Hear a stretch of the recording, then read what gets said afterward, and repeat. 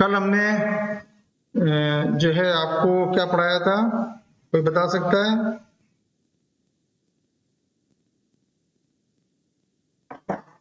कल क्या पढ़ाया था? Mesh analysis. मैश एनालिसिस है ना। तो आज आपको पढ़ाएंगे नया topic, and that is 4 terminal network. Okay, 4 sir कैसे रह गया था? हैं? सर क्वेश्चन दिया था। हाँ, उसको अपन बाद में देखते हैं, जो मैंने क्वेश्चन दिया था, ठीक है, इसके बाद देख लेते हैं, ठीक है। 4 टर्मिनल नेटवर्क, हिंदी में इसको कहते हैं चतुर टर्मिनल जाल। आपको सब नजर आ रहा है? सही। Yes sir. ओके, चतुर टर्मिनल जाल। ऑलराइट। तो चतुर टर्मिनल जाल क्या होता है? जैसे नाम से आपको दिख रहा है, चतुर टर्मिनल मतलब 4 टर्मिनल, ठीक है ना। तो जनरली जितने भी आप इलेक्ट्रॉनिक्स के सर्किट्स देखेंगे, उनमें सब में 2 इनपुट टर्मिनल होते हैं और 2 आउटपुट टर्मिनल होते हैं, और बाकी बीच में सर्किट होता है, ठीक है ना। बीच में सर्किट, उसमें ट्रांजिस्टर भी होगा, डायोड भी होगा, और दूसरे तरह के सर्किट्स होंगे। तो ये सारी चीजें जो है उसमें बीच में होती हैं, ठीक है। तो वो अपन क्या करेंगे, उनको उनको एक बॉक्स के द्वारा रिप्रेजेंट कर देंगे यहाँ पे, हैं। तो यहाँ पर हम बनाएंगे, एक बॉक्स बना लेंगे।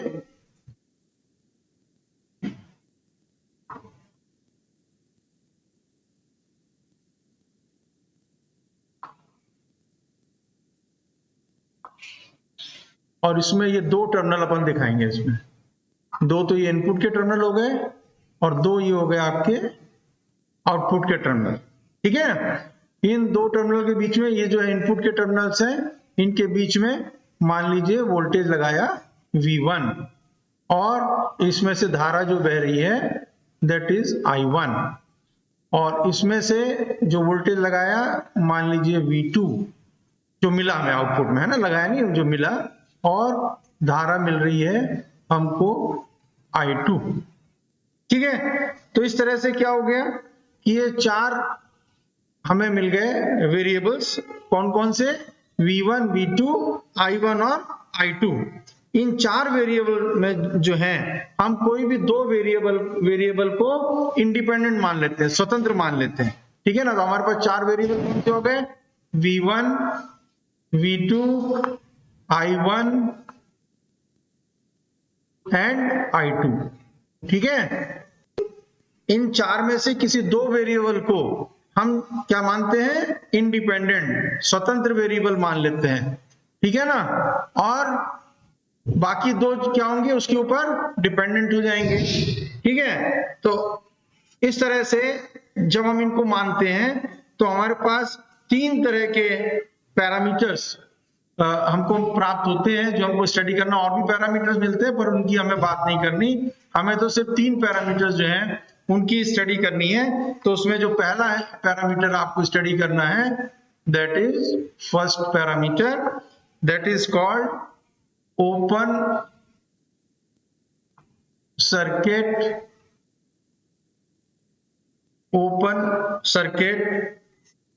पैरामीटर, ओपन सर्किट पैरामीटर, और इसको अपन यूं भी कहते हैं, और Z पैरामीटर,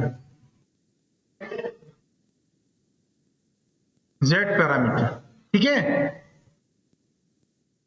हिंदी में कहेंगे खुला परिपथ। ओपन सर्किट मीन्स खुला परिपथ प्राचल, खुला परिपथ प्राचल, या जेड प्राचल, है ना। पैरामीटर को अपन क्या बोलते हैं हिंदी में? प्राचल,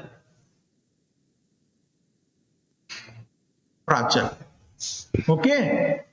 देन दूसरा, एक ओपन सर्किट है, तो दूसरा क्या हो गया? Short circuit. तो दूसरा हमको मिलेगा शॉर्ट सर्किट पैरामीटर, और इसको अपन कहेंगे Y पैरामीटर, ओके। फिर तीसरा हमारे पास जो पैरामीटर हमको स्टडी करना है, और जो सबसे महत्वपूर्ण है इसका हम पूरी इलेक्ट्रॉनिक्स में यूज करेंगे, तो इसको खूब अच्छी तरीके से समझ लीजिएगा। और यदि आपको समझ में नहीं आए कहीं पर भी कुछ भी, तो मुझे बीच में रोककर पूछ लीजिएगा, ठीक है। So this is hybrid parameter, और इसको अपन बोलते हैं एच पैरामीटर। यहाँ पे एच अपन स्मॉल से लिखते हैं, ये ध्यान में रखें, एच कैपिटल में नहीं लिखते। तो एच पैरामीटर, ऑलराइट। तो इस तरह से 3 पैरामीटर्स आपको स्टडी करने हैं। वो किस कारण से अपन देखेंगे कि हम इन 4 जो हमारे वेरिएबल हमने लिए हैं, v1 v2 i1 i2, ठीक है ना, उन 4 वेरिएबल में हम किसी भी 2 को क्या मानेंगे, स्वतंत्र वेरिएबल मानेंगे, और 2 को उनके ऊपर डिपेंडेंट मानेंगे, ठीक है। तो चलिए एक एक करके लेते हैं। तो पहले अपन चलते हैं किस पे, ओपन सर्किट पैरामीटर के ऊपर। तो आइए अब ओपन सर्किट पैरामीटर ले लेते हैं। तो पहला आपका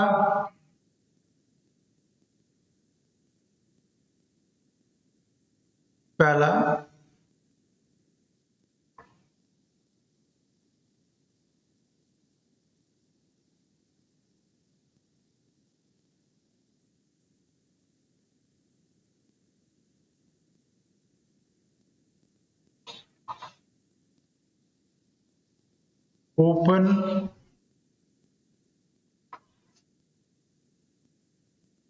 सर्किट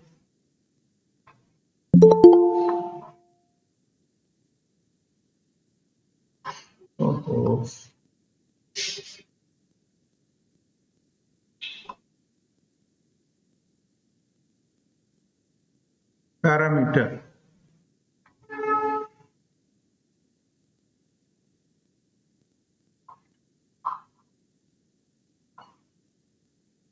ऑलराइट, तो ओपन सर्किट पैरामीटर में अपन क्या करते हैं, हम यहां पर I1 और I2 इनको स्वतंत्र चर मान लेते हैं, I1 and I2।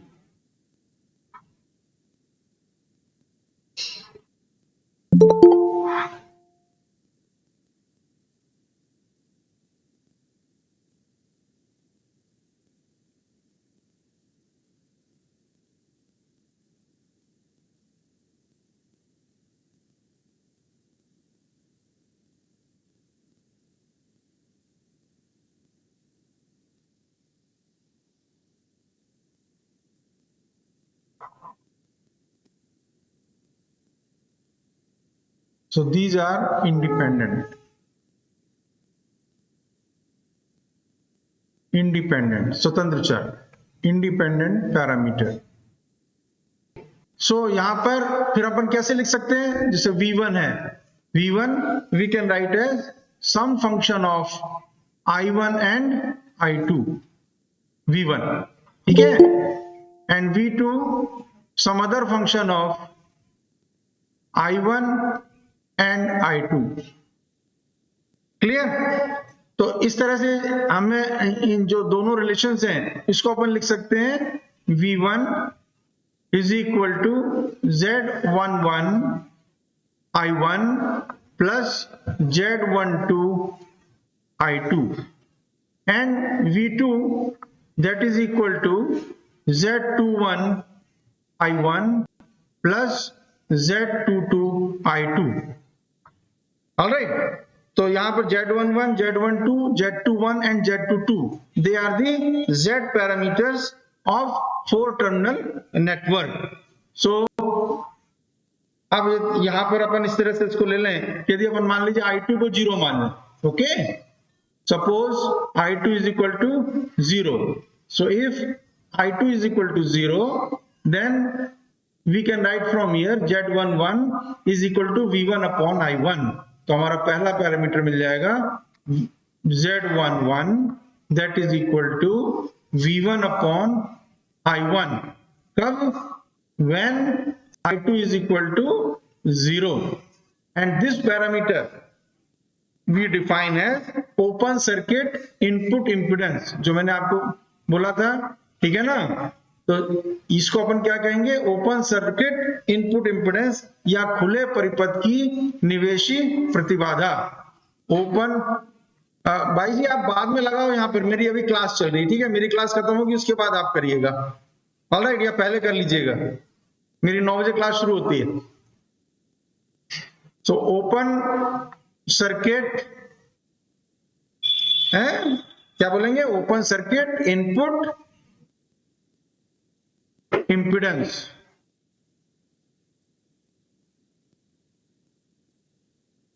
Open circuit मैंने आपको बताया दिया, खुला परिपथ, खुले परिपथ की निवेशी प्रतिबाधा। तो इस तरह से हमारा पहला पैरामीटर अपने को मिल गया। अब अपन चलते हैं दूसरे पैरामीटर के ऊपर। दूसरा पैरामीटर अपने को कैसे मिलेगा, अब यहां पर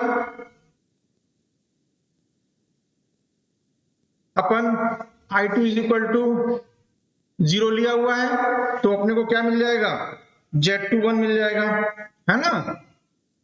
तो Z21 लिखे अपन, Z21 that is equal to क्या हो जाएगा, कोई भी बता सकता है यदि I2 is equal to 0, anyone, Z21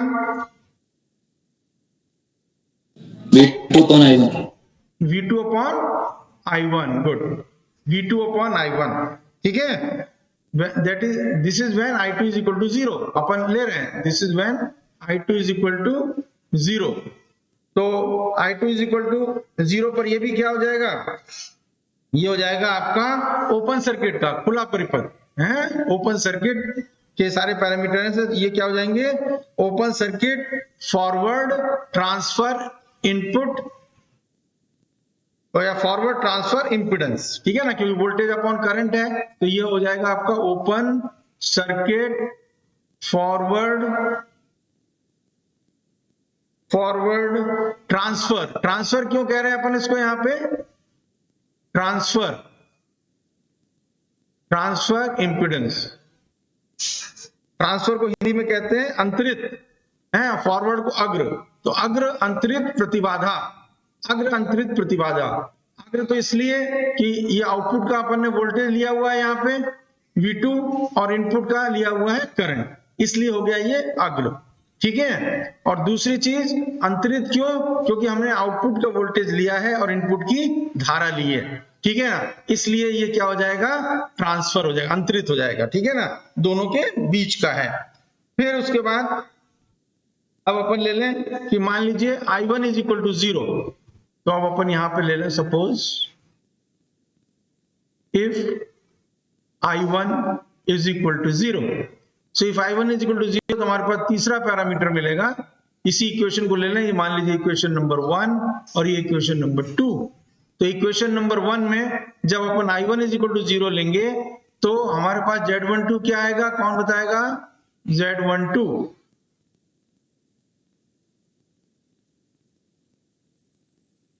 V1 upon I2. V1 upon I2, good, V1 upon I2, ठीक है ना, कब, जब I1 is equal to 0, right. तो ये भी हमारा ओपन सर्किट इंपिडेंस हो गया, वोल्टेज अपॉन करंट है, वोल्टेज अपॉन करंट है तो प्रतिबाधा होनी है इसको, ठीक है ना। परंतु यहां पर अपन क्या देख रहे हैं कि V1 अपॉन I2 ये भी अंतरित है, इनपुट की वोल्टेज और आउटपुट का करंट, इनपुट का वोल्टेज और आउटपुट का करंट, तो ये भी क्या हो गई, ये भी जो है हमारी अंतरित प्रतिबाधा हो गई। परंतु चूंकि इनपुट का वोल्टेज है और आउटपुट का करंट है, इसलिए ये हमारी क्या हो गई, उत्क्रम है, अग्र नहीं रही है, ये क्या हो गई, उत्क्रम। अग्र कब था, जब आउटपुट का वोल्टेज लिया था, और जब इनपुट का वोल्टेज ऊपर है, तो इसको हम क्या कहेंगे, उत्क्रम अंतरित प्रतिबाधा या रिवर्स ट्रांसफर इंपिडेंस। समझ में आ गई बात, ये हो गई रिवर्स ट्रांसफर इंपिडेंस, मतलब उत्क्रम अंतरित प्रतिबाधा। तो इस तरह से तीसरा पैरामीटर अपन ने डिफाइन कर लिया। अब अपन चलते हैं लास्ट वाले चौथा पैरामीटर के ऊपर। चौथा पैरामीटर कैसे मिलेगा, I1 इज इक्वल टू 0 रखा, तो इक्वेशन नंबर 2 है, इक्वेशन नंबर 2 से I1 इज इक्वल टू 0 रखने पे हमको Z22 क्या मिलेगा, Z22 V2 anyone अपना I2 V2 upon I2 good so V2 upon I2 मिल गया कब जब I1 इज इक्वल टू 0 सो इसको अपन क्या कहेंगे इसको कहेंगे V2 क्या है आउटपुट का वोल्टेज और I2 क्या है आउटपुट का करंट तो क्या बन जाएगी ये खुले परिपथ की निर्गम प्रतिबाधा है खुले परिपथ की निर्गम प्रतिबाधा मतलब output impedance of the open circuit output impedance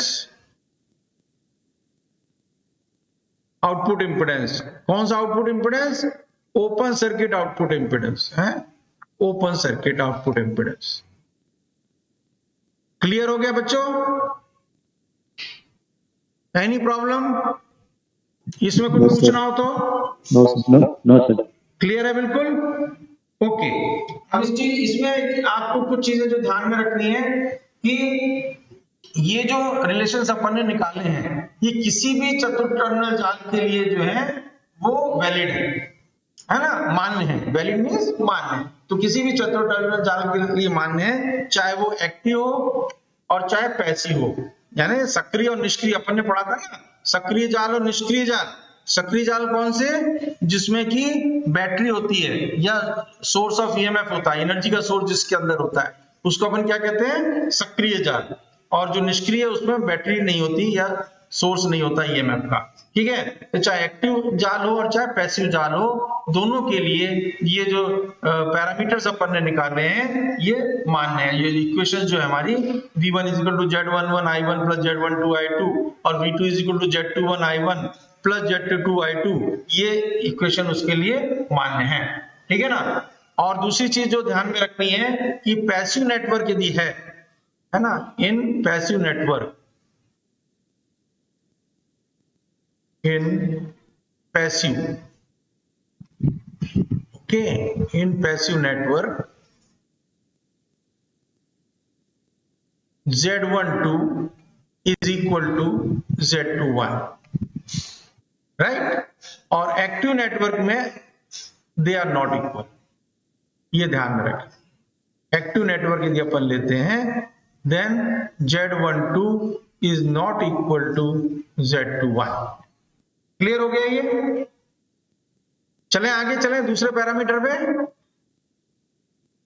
okay yes sir चलो तो अब अपन दूसरा लेते हैं दूसरा पैरामीटर हमारा जो है शॉर्ट सर्किट है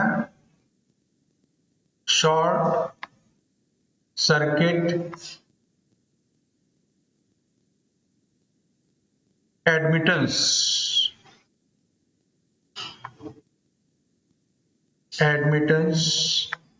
पैरामीटर या Y पैरामीटर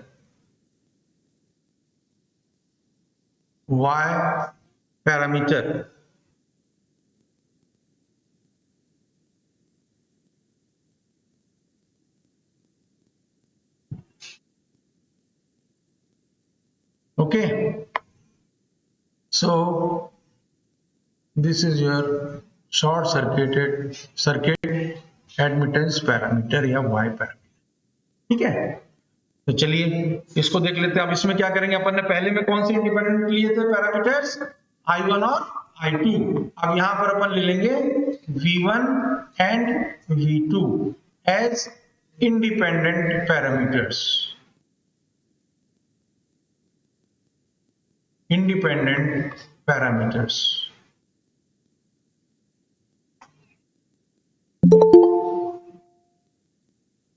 ये जो लेट बच्चे आते हैं ये बहुत दुखी करते हैं समय से क्यों नहीं आ सकते मालूम नहीं कल से मैं लेना बंद कर दूंगा अगली क्लास से फिर आप लेट आओ तो बेटर हो okay so now we can write I1 equal to some other function f3 v1 v2 and then I2 that is equal to some function f4 v1 v2 okay तो इस तरह से अपन ये दोनों हमने फंक्शन ले लिए कि I1 और I2 जो है वो V1 और V2 के ऊपर निर्भर कर रहा है। तो अब अपन लिख सकते हैं यहाँ पर I1 equal to Y11 V1 plus Y12 V2 and I2 equal to Y21 V1 plus Y22 V2। Alright, तो ये हमारी इक्वेशन बन गए। पहले अपन ने 1 2 लिए थे, ये 3 4 ले लें। तो ये एडमिटेंस मीन्स प्रवेशिता। एडमिटेंस का मतलब हिंदी में प्रवेशिता, पैरामीटर प्राचल। तो शॉर्ट सर्किट, शॉर्ट सर्किट इसका मतलब क्या होगा? लघुपतित। शॉर्ट सर्किट का मतलब क्या होगा यहाँ पे? लघुपतित। लघुपतित प्रवेशिता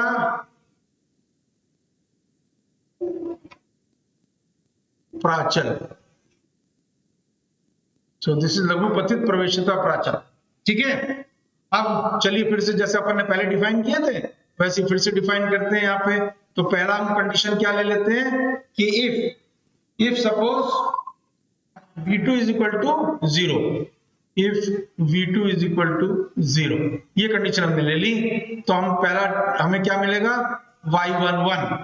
तो पहला मिल जाएगा हमको Y11 that is equal to I1 upon V1। this is when V2 is equal to 0।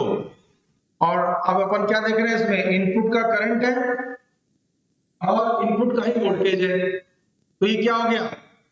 ये आपका जो प्रतिबाधा है उसका उल्टा हो गया ना, प्रवेशिता हो गई, धारा अपॉन वोल्टा। तो इसको अपन कहेंगे लघुपतित परिपथ की निवेशी प्रवेशिता। लघुपतित परिपथ की निवेशी प्रवेशिता या शॉर्ट सर्किट इनपुट इम्पीडेंस। समझ में आ गया? Then we come to second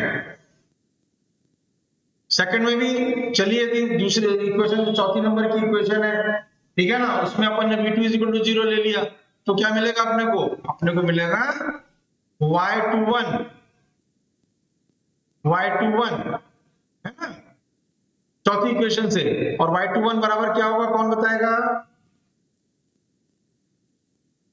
Y21 I2 upon V1। good, very good। I2 upon V1। this is when V2 is equal to 0। Okay, अब यहां पर अपन क्या देख रहे हैं? I2 किसकी है? आउटपुट की धारा है। और वोल्टेज किसका है? इनपुट का वोल्टेज है। तो एक तरफ से क्या हो गई? अंतरित हो गई कि नहीं हो गई? ठीक है, तो ये आंतरिक प्रवेशिता हो गई, एक चीज तो ये हो गई। अब चूंकि आउटपुट की धारा ऊपर है इसलिए अपन इसको क्या कहेंगे? अग्र अंतरित, मतलब short circuit forward transfer admittance. तो ये हो जाएगी आपकी शॉर्ट सर्किट फॉरवर्ड, है ना। फॉरवर्ड क्यों हो गई? क्योंकि आउटपुट की वोल्टेज जो है वो, सॉरी, आउटपुट की धारा जो है वो ऊपर है। तो ये होगी फॉरवर्ड। और चूंकि धारा आउटपुट की और वोल्टेज इनपुट का है इसलिए क्या हो गया? अंतरित हो गया, मतलब ट्रांसफर हो गया। ठीक है, सो फॉरवर्ड ट्रांसफर। और उसके बाद आ गया आपका एडमिटेंस। अरे ये यहाँ पे हमने गलत लिख दिया, शॉर्ट सर्किट इम्पीडेंस लिख दिया, sorry. this should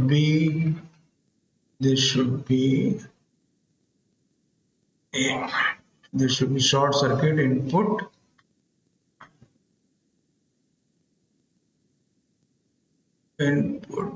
admittance। okay, and here also transfer admittance। समझ में आ गया? Then let us come to another two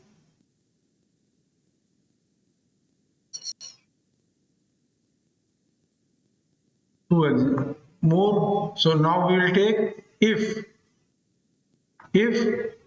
V1 is equal to 0, okay, यहाँ पे तो अपन ने लिया था if V2 is equal to 0, यहाँ लेंगे V1 इज इक्वल टू 0, तो इक्वेशन नंबर 3 से अपने को क्या मिल जाएगा, y12. So third one is your y12. So y12 will be equal to I1 upon I1 on V2. V2. Good. Sir, I1 upon V2. V2 when V1 is equal to 0. अब अपन इसमें क्या देख रहे हैं, इसमें फिर से वही है, इनपुट की धारा है और आउटपुट की वोल्टा है, परंतु इनपुट की धारा कहाँ है, ऊपर है ना, तो शॉर्ट सर्किट तो है और ट्रांसफर भी है, क्योंकि एक इनपुट की धारा और आउटपुट की वोल्टा है, तो शॉर्ट सर्किट भी है और ट्रांसफर भी है, परंतु धारा चूंकि इनपुट के ऊपर है इसलिए अपन इसको क्या कहेंगे, उत्क्रम, ट्रांसफर, सॉरी उत्क्रम is your reverse, right. So इसको अपन कहेंगे शॉर्ट सर्किट रिवर्स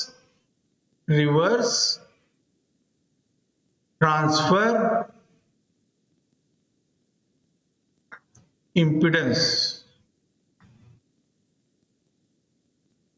नहीं, again same thing, admittance, not impedance है, this should be admittance, okay, alright. Then we come to fourth one, यहां पे भी अपने को क्या लेना है, V1 इज इक्वल टू 0, तो इक्वेशन नंबर 4 से क्या आ जाएगा, y22, ठीक है, y22 that will be equal to I2 upon V2. This is when V1 is equal to 0. Okay, तो अब I2 किसकी हो गई, आउटपुट की धारा, V2 आउटपुट की वोल्टा, तो अब इसमें कहीं पर भी अपने को ना तो अग्र इस्तेमाल करना है ना उत्क्रम इस्तेमाल करना है, ठीक है ना, ये सीधा क्या हो जाएगी, शॉर्ट सर्किट आउटपुट एडमिटेंस है, शॉर्ट सर्किट आउटपुट एडमिटेंस हो जाएगा ये, तो इसको अपन लिख दें यहाँ पे शॉर्ट सर्किट आउटपुट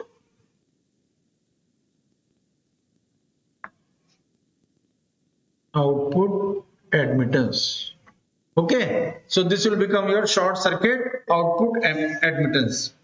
क्लियर हो गई बात, तो ये 4 पैरामीटर हो गए अपने, कौन से पैरामीटर, y पैरामीटर हो गए, ठीक है ना, हैं, अपन ने 4 पैरामीटर देख लिए, z पैरामीटर जो कि क्या थे, हैं, ओपन सर्किट, है ना, वो क्या कहलाते हैं, ओपन सर्किट पैरामीटर, क्योंकि वहां पर अपन ने क्या लिया, I1 और I2 इनको क्या माना, इंडिपेंडेंट माना, और अपन ने किस तरह निकाले, I1 और I2 को 0 मान के निकाला था, ऐसे निकाला था ना,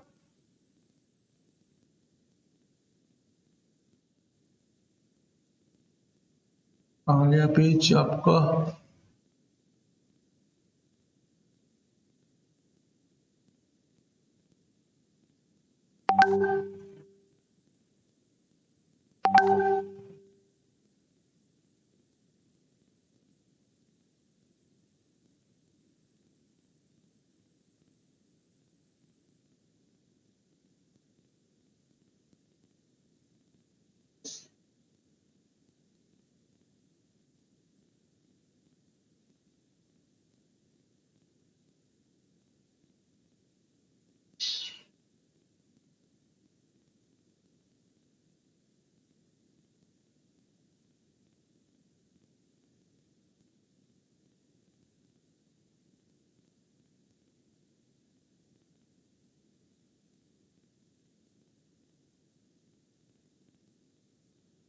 I have to find out page कहाँ चला गया आपका,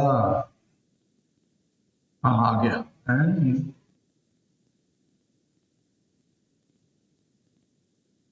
ओके, सो अपन कहाँ थे, यहाँ थे ना, ठीक है,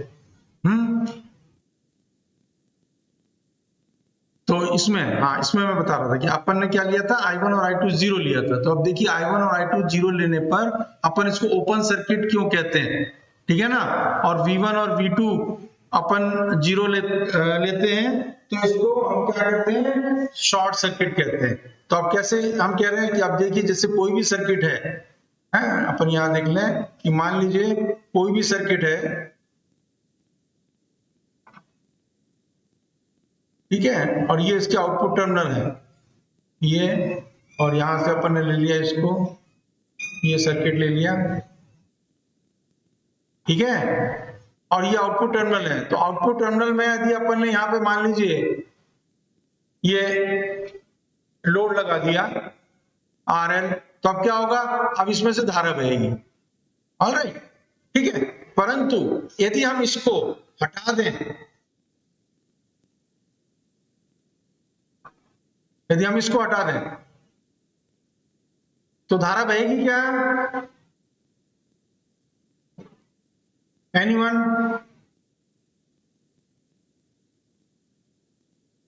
हेलो? No sir. नहीं बहेगी ना। यदि अपन ने सर्किट को खुला छोड़ दिया, ओपन सर्किट कर दिया, तो धारा नहीं बहेगी ना।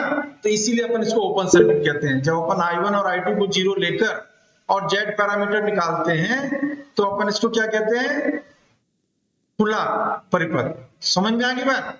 और जब हम V1 और V2 जीरो लेते हैं तो अपन क्या करेंगे, यहां पे अपन जो है ये लोड लगा दिया, ओके, और हमने अब क्या किया, इसको हटा दें। अब अपन मान लीजिए यहां पर हमने ये हटा दिया, ठीक है, और इसकी जगह हमने क्या कर दिया, इसको शॉर्ट कर दिया, ठीक है? ऐसे केस में क्या हो गया, V1 या V2 क्या हो गया, जीरो हो गया। यदि हम उसको हटा के शॉर्ट कर देते हैं तो V1 और V2 जीरो बन जाता है, ठीक है। तो उसको अपन क्या कहेंगे, वहां पे शॉर्ट सर्किट। तो इसलिए जेड पैरामीटर और वाई पैरामीटर जो अपन ने डिफाइन किए वो इस तरह से डिफाइन किया कि जेड पैरामीटर में चूंकि धारा को जीरो लेते हैं, ठीक है ना, तो इसलिए वो हो जाता है ओपन सर्किट। और वाई पैरामीटर में हम क्या करते हैं, वोल्टा को जीरो लेते हैं, है ना। तो वहां पर चूंकि हम वोल्टा को जीरो लेने का मतलब हमको वहां क्या करना पड़ेगा, शॉर्ट करना पड़ेगा। जब भी वोल्टा जीरो बनेगी, जब तक यदि ओपन कर देंगे तो कोई मतलब ही नहीं है। तो यदि हम शॉर्ट करेंगे तो वोल्टा क्या हो जाएगी, जीरो हो जाएगी, ठीक है। तो उस केस में हम इसलिए इसको क्या कहते हैं, शॉर्ट सर्किट पैरामीटर, राइट। अब इसको अपन जो है कुछ इस तरह से भी लिख लें। अब यहां पर ये जो हमने निकाला, ये पैरामीटर का जो एक्सप्रेशन निकाला है, तो पहला और दूसरा, और दूसरे में निकाला है अपन ने 3 और 4। अब इन रिलेशंस को अपन कैसे लिख सकते हैं वो देखें, हैं? तो इन रिलेशंस को हम, पहला रिलेशन हमारा क्या था, पहला रिलेशन था आपका V1 is equal to Z11 I1 plus Z12 I2, okay. Equation number 1 थी। दूसरी इक्वेशन थी आपकी Z21 I1 plus Z22 I2। फिर हमारी तीसरी रिलेशन आई थी, क्या आया था, I1 is equal to Y11 V1 plus Y12 V2। और चौथा रिलेशन हमारा आया था I2 that is equal to Y21 V1 plus Y22 V2। अब इसको अपन डिटरमिनेंट फॉर्म में लिख सकते हैं, जिस तरह से हम हमेशा इनका यूज करते हैं। So this will be V1 V2 that is equal to Z11 Z12 Z21 Z22, okay. और साथ में इसके I1 एंड I2, ऑलराइट। तो ये तो इसके लिए हो गया जो हमारे ये रिलेशन है 1 और 2 नंबर के। और 3 और 4 के लिए अपन क्या लिख सकते हैं, 3 नंबर और 4 नंबर का जो रिलेशन है उसके लिए अपन लिख सकते हैं I1 I2 that is equal to Y11 Y12 Y21 Y22 V1 and V2। समझ में आ गया? एनी डाउट किसी को? कोई समस्या हो इसमें? ऑलराइट, तो कल मैंने जो प्रॉब्लम दिया था वो किया आप लोगों ने? कल मैंने जो यस सर, प्रॉब्लम उसमें दिया था वो किया था सर, लेकिन सोल्व नहीं हो रहा पूरा। सॉल्व नहीं हो रहा? चलो अपन अभी देखते हैं सॉल्व करके इसको, ठीक है? 2 मिनट में अभी बताते हैं आपको। तो हमारा क्या प्रॉब्लम था वो?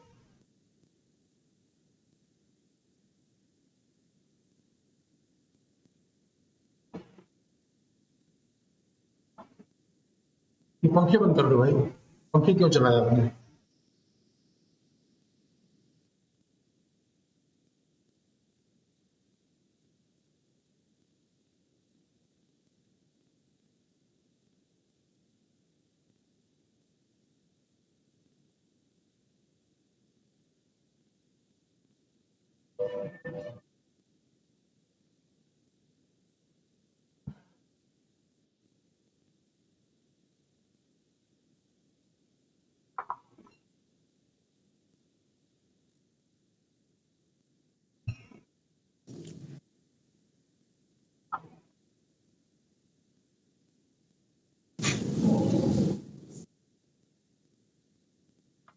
हमें इसमें क्या निकालना था? IG, गैल्वेनोमीटर से बहने वाली धारा का मान, ठीक है? और ये पॉइंट अपन ने ले रखे थे A, B, C और D। और मैंने आपसे कहा था कि आप क्या कर लें, आप अज्यूम कर लें कि मान लीजिए यहां से धारा I1 बह रही है, ठीक है? तो जो दूसरी शाखा है इसमें से धारा कितनी बहेगी? 1 में से I1 कम हो जाएगी, तो यहां से जो धारा बहेगी, अरे यार वहां काम कर लो ना जाके, मैं यहाँ पढ़ा रहा हूं और आप मुझे डिस्टर्ब कर रहे हो। You are disturbing me actually. आपको जो भी काम करना है आप दूसरे लैब में जाके करिए।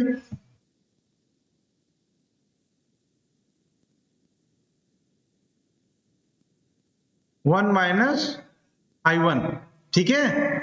अच्छा, अब यहां पे चूंकि कितनी धारा है, ये IG है और I1 धारा जा रही है ना यहां से। ये अपन ने क्या लिए थे यहाँ? 1 ओम, 2 ओम, दिस वाज योर 3 ओम, 4 ओम, ठीक है? तो 1 ओम में से I1 धारा बह रही है, तो 2 ओम से बहने वाली धारा क्या हो जाएगी? IG तो G में से बह रही है, तो I1 में से IG कम हो जाएगी, मतलब यहां से जो धारा बहेगी वो क्या हो जाएगी? I1 माइनस IG, ठीक है? उसके बाद अब 3 ओम में से कितनी धारा बहेगी?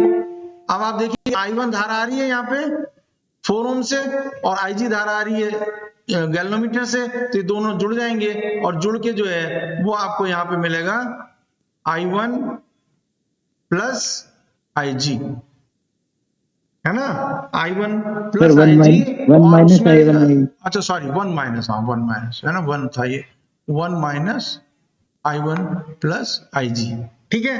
ये मिल गई। अब चलो इसकी लूप इक्वेशन लिख लेते हैं। तो अपन पहला लूप ले लेते हैं, हम ले लेते हैं लूप A, B, D और A, ओके? इस लूप में अब अपन लिखें, इक्वेशन लिखें, तो पहली क्या हो जाएगी? 1 ओम का ले लें, तो 1 ओम में क्या हो जाएगा?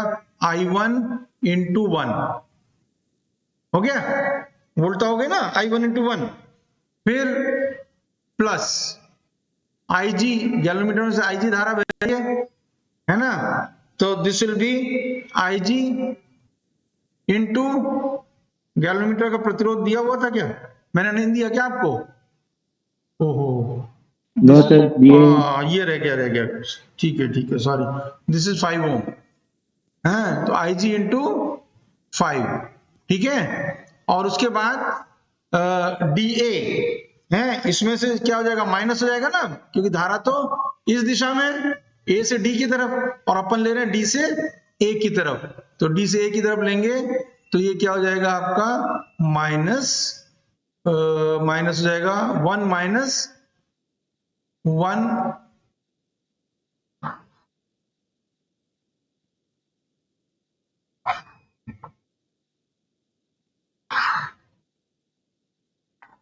this will be 1 minus I1, okay, into 4, okay, that is equal to 0. एक इक्वेशन ये बन गई, ठीक है। दूसरी इक्वेशन ले लें, दूसरा लूप BCDB, सो लूप BCDB, ठीक है। इस लूप की इक्वेशन क्या बनेगी, कौन बताएगा? पहला एक्सप्रेशन, चलो अपन BC ले लें 2 ओम से, तो धारा कितनी,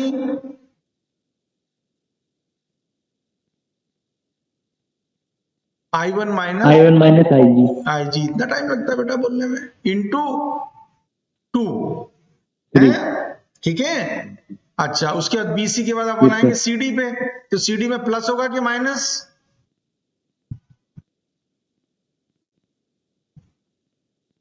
माइनस होगा sir. Very good, this will be minus.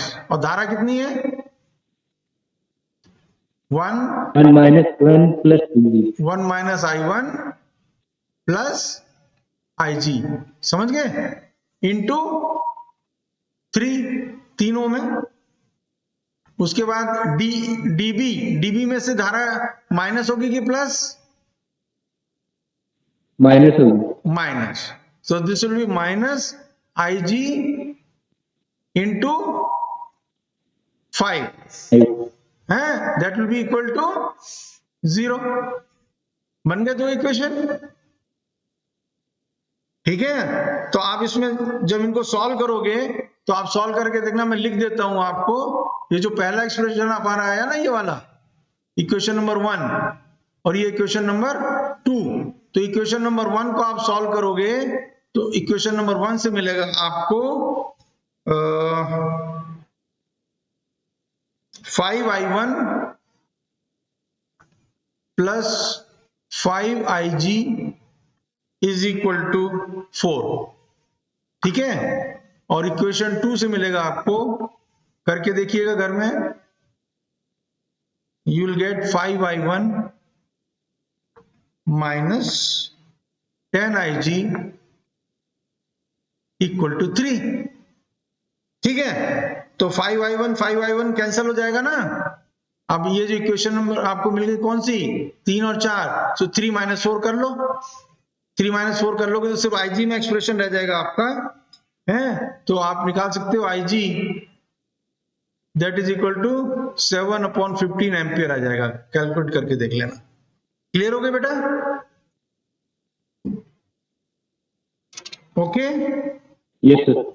Alright, तो बाकी अगले लेक्चर में देखेंगे अब, ठीक है।